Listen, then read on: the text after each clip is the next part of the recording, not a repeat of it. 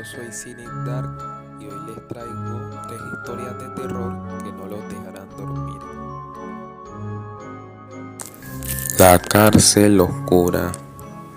El penal de San Judas no figuraba en los mapas oficiales. Era un agujero de concreto y óxido tragado por la niebla del páramo. Ahí fue a parar Julián Silva, condenado por un crimen que jamás cometió. Un poderoso terrateniente local necesitaba un culpable para el asesinato de su propia esposa, y el dinero compró jueces, pruebas y al mismísimo alcalde, un hombre sádico apodado el Cuervo. Desde el primer día, Julián conoció el infierno. No solo era el aislamiento, eran las palizas sistemáticas de los guardias y el frío calaba los huesos y las noches eternas en una celda de castigo subterránea conocida como la fosa. Pasaron 5 años. El cuerpo de Julián, antes fuerte y joven, se transformó en un saco de huesos y cicatrices. Pero mientras su carne se debilitaba, su odio crecía, alimentado por una rabia pura y destilada. Una noche de tormenta, tras una brutal paliza por negarse a besar las botas del alcalde, Julián fue arrojado inconsciente a la fosa, que ya se inundaba con agua pestilente.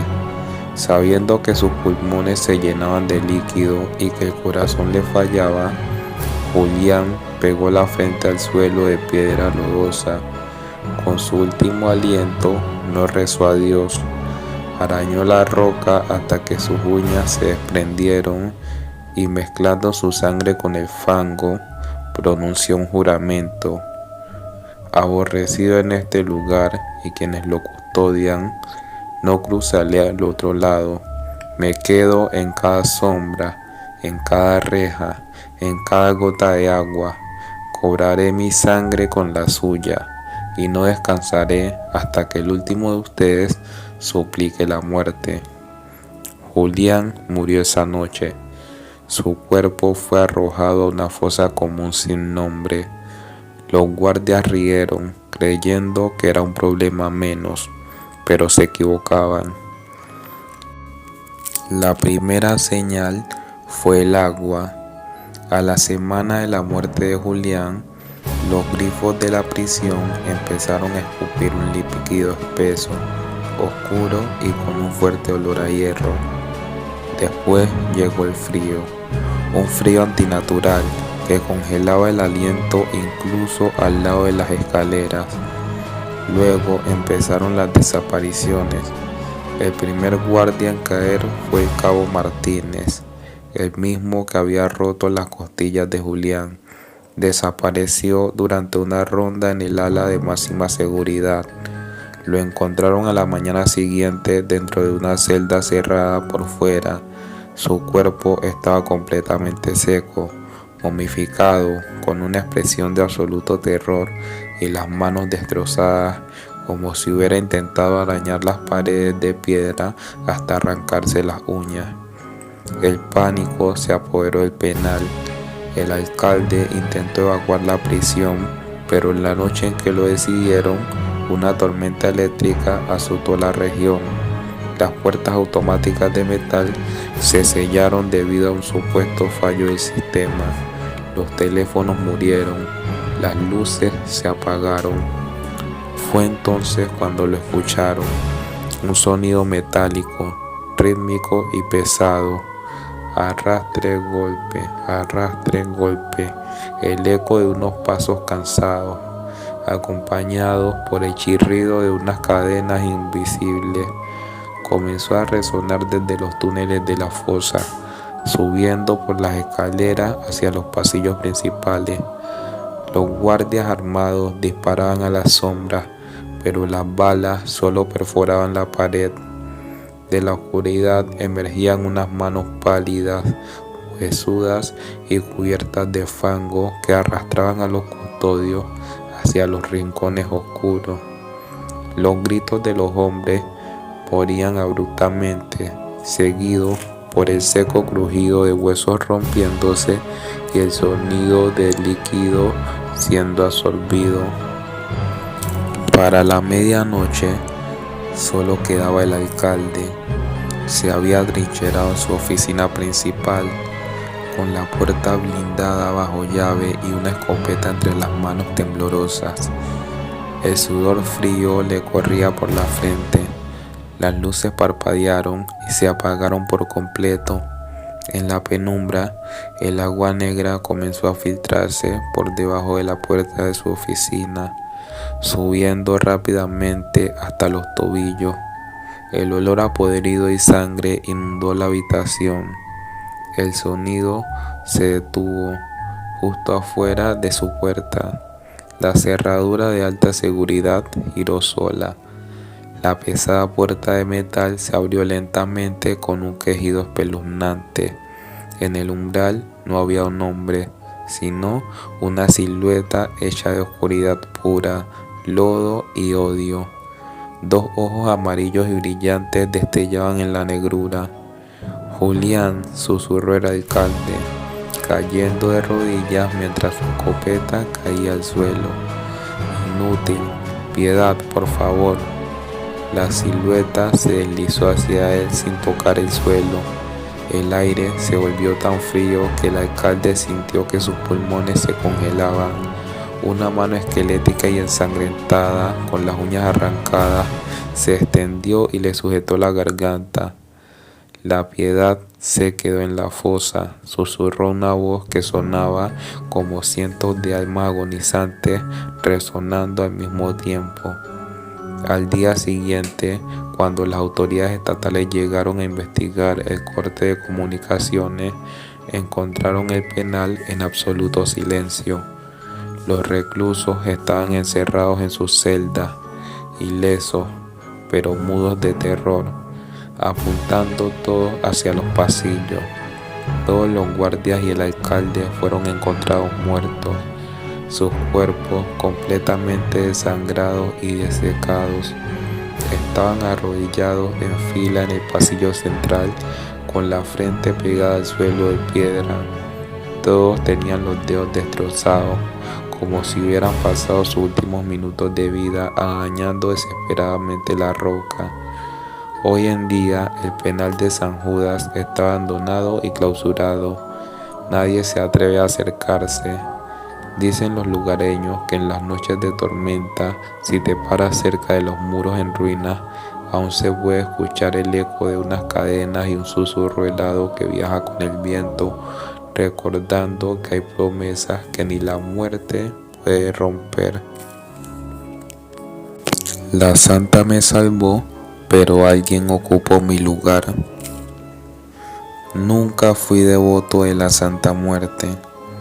De hecho, siempre evitaba pasar frente al pequeño altar que había al borde de la carretera cuando viajaba de noche. Decían que muchos traileros le dejaban veladoras para regresar con vida. Yo solo pensaba que eran supersticiones. Hasta aquella madrugada, conducía solo por una carretera casi vacía, cuando vi a una mujer completamente vestida de blanco parada en medio del acotamiento. No levantó la mano, no pidió ayuda, solo me miró fijamente. Por alguna razón sentí la necesidad de detenerme. Cuando bajé la velocidad, noté que sostenía una pequeña balanza y una túnica oscura cubría parte de su cuerpo. No podía verle el rostro, pero su presencia imponía un silencio imposible de explicar. De pronto levantó lentamente una mano y señaló el asiento del copiloto. No entendí qué quería, pero algo dentro de mí me hizo cambiarme de lugar por unos segundos, mientras revisaba una extraña vibración que sentía debajo del volante. En ese instante, un tráiler apareció derrapando en sentido contrario. Perdió el control y pasó rozando mi camioneta. El impacto arrancó por completo la puerta del conductor. Si hubiera seguido sentado ahí, no estaría contando esta historia. Me quedé inmóvil, temblando, sin poder creer lo que acababa de ocurrir. Cuando levanté la vista para buscarle a la mujer, ya no estaba. Solo quedaba una pequeña veladora encendida junto a la carretera. Días después regresé al mismo lugar. Le conté todo a un anciano que cuidaba el altar. Él guardó silencio unos segundos. Luego me dijo algo que todavía me quita el sueño. La santa no cambia el destino, solo decide quién regresa a casa. Me señaló una cruz de madera colocada a unos metros del altar. Tenía la fecha del accidente y debajo, escrito con pintura desgastada, había una frase: alguien ocupó su lugar. Desde entonces, cada vez que paso por esa carretera, dejo una veladora, no por devoción, sino porque todavía me pregunto, ¿quién era la persona que no volvió a casa aquella noche? La criatura del pantano. Los pantanos guardan secretos, cadáveres, pueblos olvidados, animales que nadie ha logrado clasificar, pero existe una leyenda que incluso los cazadores se niegan a mencionar, porque hay algo que vive bajo las aguas negras, algo que no nació como un monstruo, algo que alguna vez fue humano. En el corazón del pantano de San Elías existe una zona donde la niebla jamás desaparece. Las brújulas dejan de funcionar, los motores se apagan sin explicación y el silencio es tan absoluto que resulta imposible escuchar el canto de un solo pájaro. Hace más de 80 años, un grupo de leñadores desapareció mientras atravesaba el pantano para abrir un nuevo camino. Durante semanas, los equipos de búsqueda recorrieron la zona sin encontrar un solo cuerpo. Solo hallaron una vieja cabaña abandonada. En una de sus paredes, alguien había escrito con barro una advertencia: no dejen que salga del agua. Con el paso de los años, la historia fue olvidada, hasta que un grupo de biólogos decidió explorar el pantano para documentar una extraña especie de anfibio reportada por los habitantes del lugar. La expedición avanzó durante horas entre árboles retorcidos y aguas inmóviles. Entonces ocurrió algo extraño. Los animales desaparecieron. Ni insectos, ni ranas, ni aves. Solo un profundo silencio. El profesor Ricardo Molina, líder de la expedición, ordenó detener las embarcaciones. El agua comenzó a moverse lentamente. No era una corriente, era como si algo enorme caminara bajo la superficie. Uno de los estudiantes enfocó su linterna hacia el agua. Dos enormes ojos amarillos aparecieron entre el lodo. Después desaparecieron. Pensando que se trataba de un cocodrilo, continuaron avanzando, pero fue un error. Un grito rompió el silencio. Uno de los botes volcó violentamente.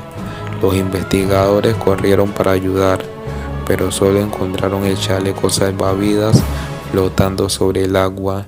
No había sangre, no había señales de lucha, solo enormes huellas con forma de manos marcadas en el lodo de la orilla. Aquella noche decidieron refugiarse en una antigua cabaña de madera. Mientras revisaban los diarios encontrados en el lugar, descubrieron la historia de un hombre llamado Esteban Vargas, un ermitaño obsesionado con encontrar la fuente de la vida eterna. Según sus escritos, había realizado un antiguo ritual utilizando agua del pantano durante un eclipse total. Las últimas páginas estaban escritas con una letra temblorosa. El agua me cambió. Ya no puedo regresar. Tengo hambre. En ese momento escucharon un golpe en la puerta. Luego otro y otro más. Algo enorme caminaba alrededor de la cabaña. Las paredes comenzaron a crujir. Una ventana explotó hacia adentro. Una mano gigantesca, cubierta de lodo y algas, se aferró al marco. Después apareció su rostro. No tenía nariz. Sus ojos brillaban como brasas. Su piel parecía estar hecha de raíces, barro y carne podrida, pero lo más aterrador era su voz, aún sonaba humana. Ayúdenme. Uno de los jóvenes dio un paso hacia la puerta. El profesor intentó detenerlo. Demasiado tarde. La criatura sonrió. Una mandíbula imposible se abrió hasta partir su rostro en dos. Con una velocidad sobrenatural arrastró al estudiante hacia la oscuridad. Los gritos cesaron casi inmediato. Los sobrevivientes permanecieron encerrados hasta el amanecer. Cuando lograron escapar, encontraron la cabaña completamente destruida. Las autoridades realizaron una nueva búsqueda. No encontraron a la criatura ni al estudiante. Solo descubrieron una nueva inscripción en el barro frente a la laguna, escrita con enormes garras: "Ya no estoy solo". Desde entonces, cada año desaparecen personas en el pantano de San Elías. Los habitantes aseguran que ya no existe una sola criatura. Dicen que cada víctima permanece varios días bajo el agua y cuando vuelve a salir ya no recuerda quién fue. Solo siente la necesidad de atraer a alguien más hacia las profundidades, porque el verdadero horror del pantano no es morir, es seguir viviendo, convertido en aquello que una noche intentó devorarte.